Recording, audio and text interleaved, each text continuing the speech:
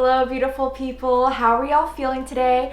I hope you guys are feeling magical. Welcome to the full moon in Leo tarot reading today. We're going to be talking through some of the aspects that are going on and then diving right into the tarot reading. Now, the full moon is commencing on January 28th and it is in the sign of Leo. And if you guys know any Leo signs in your life, we know that this is big energy.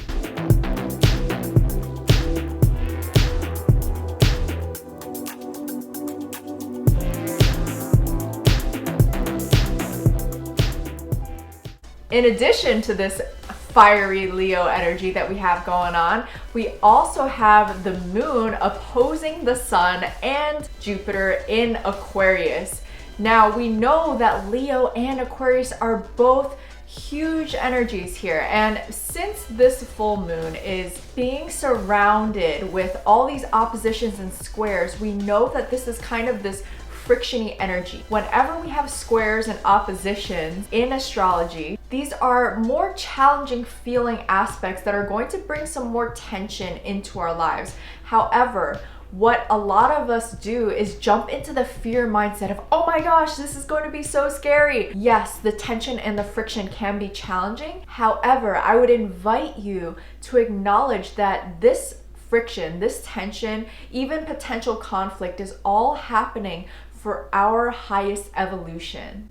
These are all lessons and challenges that we need so that we can grow through them and evolve into the next stage of our consciousness. As we are exploring the Leo-Aquarius axis, on one end of the axis we have Leo, and this really represents leadership, as well as that inner child, the empowered inner child.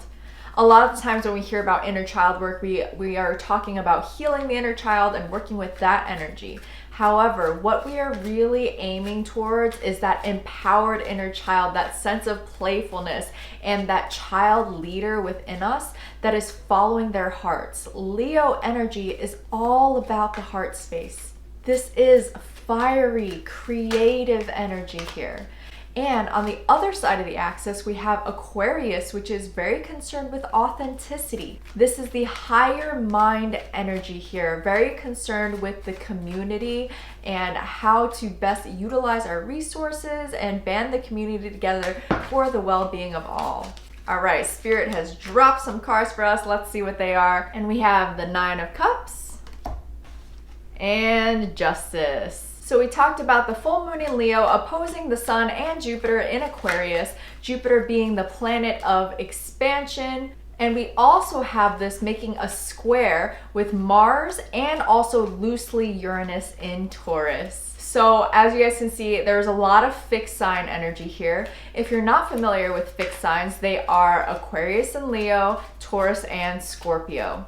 So when we are talking about fixed sign energy, what we are dealing with is sustainability, longevity, persistence, and stability. So these are all aspects that we are working with in our own lives as well as with the collective consciousness. Now with this square with Mars and Taurus, what are we talking about here? We are really looking at how we are using our drive for action in order to create longevity and sustainability. Mars being the planet for action and drive, the High Priestess, and Uranus being the planet of revolution and change. The Leo-Aquarius axis is also very much talking about creativity and how it is that we choose to express our creativity. Now, if you have ever met a Leo or an Aquarius in your life, you know that these signs are all about individuality and they're very creative, interesting individuals. And I love the Leos and Aquariuses in my life. We're being pushed to explore our own creative selves, right? And this is often this dance that we do with our inner child, because all children come into this earth as creative beings. Somewhere along the way as adults, we tend to lose this a little bit.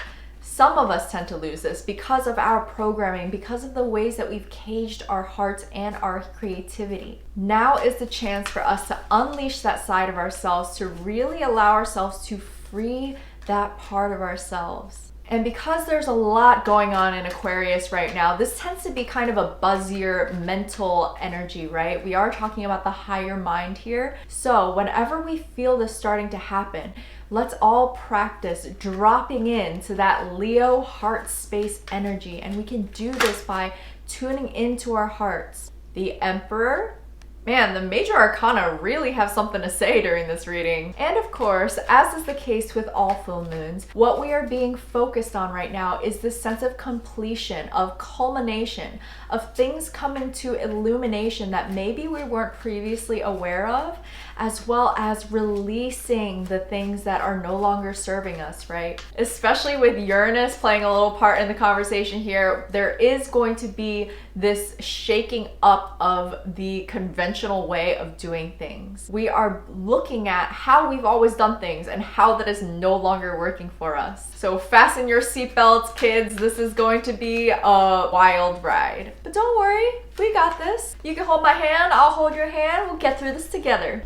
All right, and the final card we have today is the Three of Cups. So let's dive right into this reading. I am super excited for the cards that we have so far. This is such supportive energy that we've got right now. The first card to pop up was the Nine of Cups. This is all about emotional abundance, creative abundance. How are we crafting this in our lives?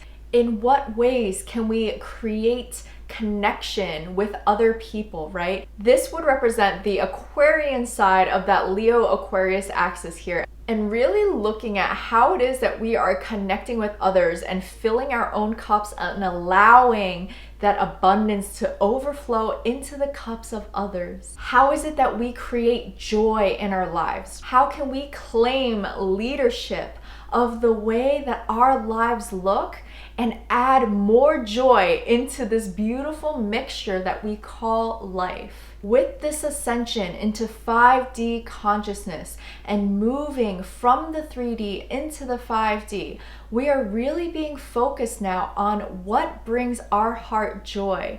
How can we play? How can we be creative? How can we allow this expression to be felt and expressed authentically? What does that look like for you? Because it's going to look a little bit different for everybody because you are a unique, beautiful butterfly. And the next card that we have today is Justice. So this is all about balance and decisiveness. As we talked about a little bit earlier, we are looking at what is working for us and what is no longer working. So with the Justice card, we are taking this sword and decisively cutting away the pieces of our lives that are no longer supportive of us for creating this joy and this abundance of creativity and bliss and connection. So when we reflect on the energy of this Justice card, and Justice is the tarot card that is associated with Libra, so here we are really looking at where can I create more balance in my life? Where does it feel like I'm out of alignment with my own integrity, with my own personal truth and authenticity? And if I am out of alignment with that, how can I bring that back into alignment? How can I make the mental shifts that I need to make in order to create that environment for myself? Now, a lot of the times, Libras get a really bad reputation of being the people pleasers, of being the one that's always catering to everybody else, of being super needy and wanting to please everybody, right? And get on everyone's good side. However, in the empowered Libran energy, this is a very cutting, truthful energy. And with the Justice card, we are being asked to really hold a magnifying glass to the quality of our own lives and examine where it is that we are not being truthful with ourselves, where we are not holding ourselves in our integrity. Maybe this is about where you are finding joy. Do you have joy in your life? And if not, in what ways are you stopping yourself from creating this joy? Before change can truly happen for us on an internal level, we need to really get clear with ourselves and be honest. Brutally so sometimes, and this is really hard work, you guys, so I commend you for taking the time to really sit with yourself and hold yourself accountable for the life that you are creating. And when we can do this, we tap into our high priestess energy. And I love this energy, you guys. This is all about embracing that wild, divine, feminine energy. This is about being that channel, connecting the divine to the material, recognizing that you are the channel for this magic to flow through you. You are a spiritual being experiencing the human world in your current form. How magical is that? The High Priestess is inviting us to really step into that feminine power, that divine feminine energy, allowing ourselves to really access deeper parts of our intuition, deeper layers of that crone magic, that crone wisdom of internal knowing. Being able to discern when we combine it with this justice energy. Okay, I know that these aspects of my life are not working, and I have the power to cut that from my life. This does take some practice. If you are unfamiliar with how to tap into your intuition, take some time to really listen in. Meditation is a super useful practice for this. And the more we practice connecting with that voice inside us, that intuition of ours, the louder that little voice will become as she grows more confident and more powerful, because we are respecting that voice within us and following that calling. The next card we have today is the Emperor. The Emperor is the tarot card that is associated with Aries. This is leadership energy, as we talked about before.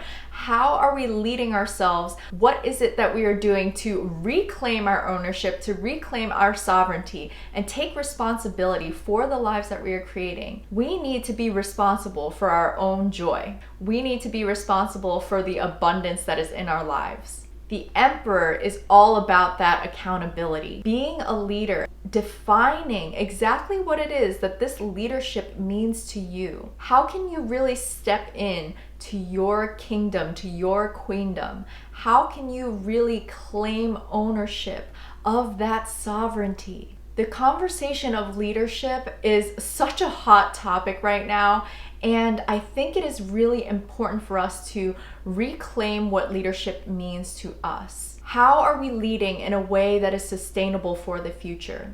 How are we creating longevity with the leadership within ourselves? What is your relationship to the leader within yourself? So many of us have outsourced our power. We've given away our power. We've kind of just thrown it into the air and been like, oh, hey, this is up for grabs. You want to take it? Maybe. You take it then. I don't need this. Now, this is no longer working for us as a collective.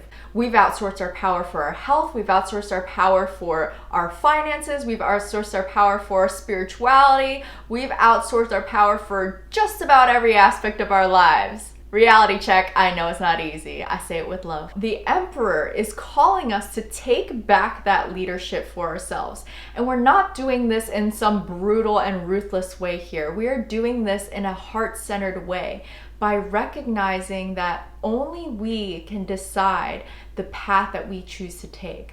The only ones who are responsible for healing and changing our lives is ourselves. And how can we step into that leadership position for our own lives, really step into that driver's seat of our lives and create a life that is filled with joy and abundance? Because ain't nobody else gonna do that for you, baby.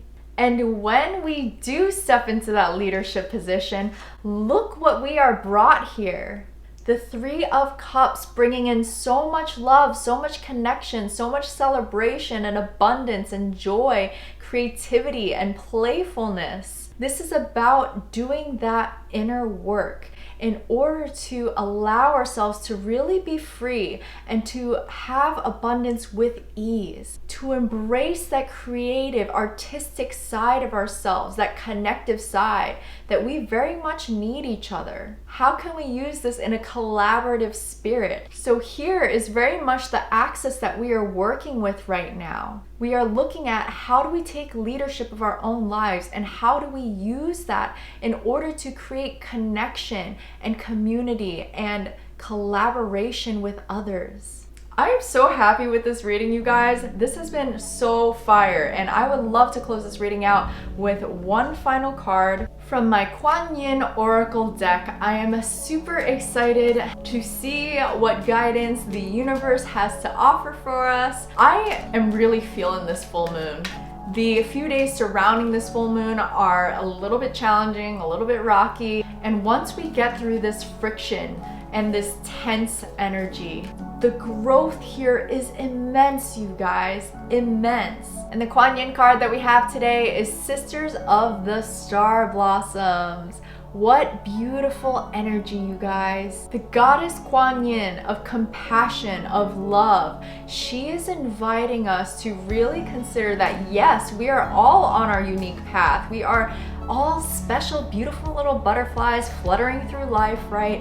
And we need communion with other like-hearted souls. None of us is exempt from needing connection and needing others. We are a social species, which means that we thrive on connection. We very much need love. We need that support in our lives, and it is okay for us to reach out for that. In order to receive something, we need to ask for it and be open and willing to receiving this.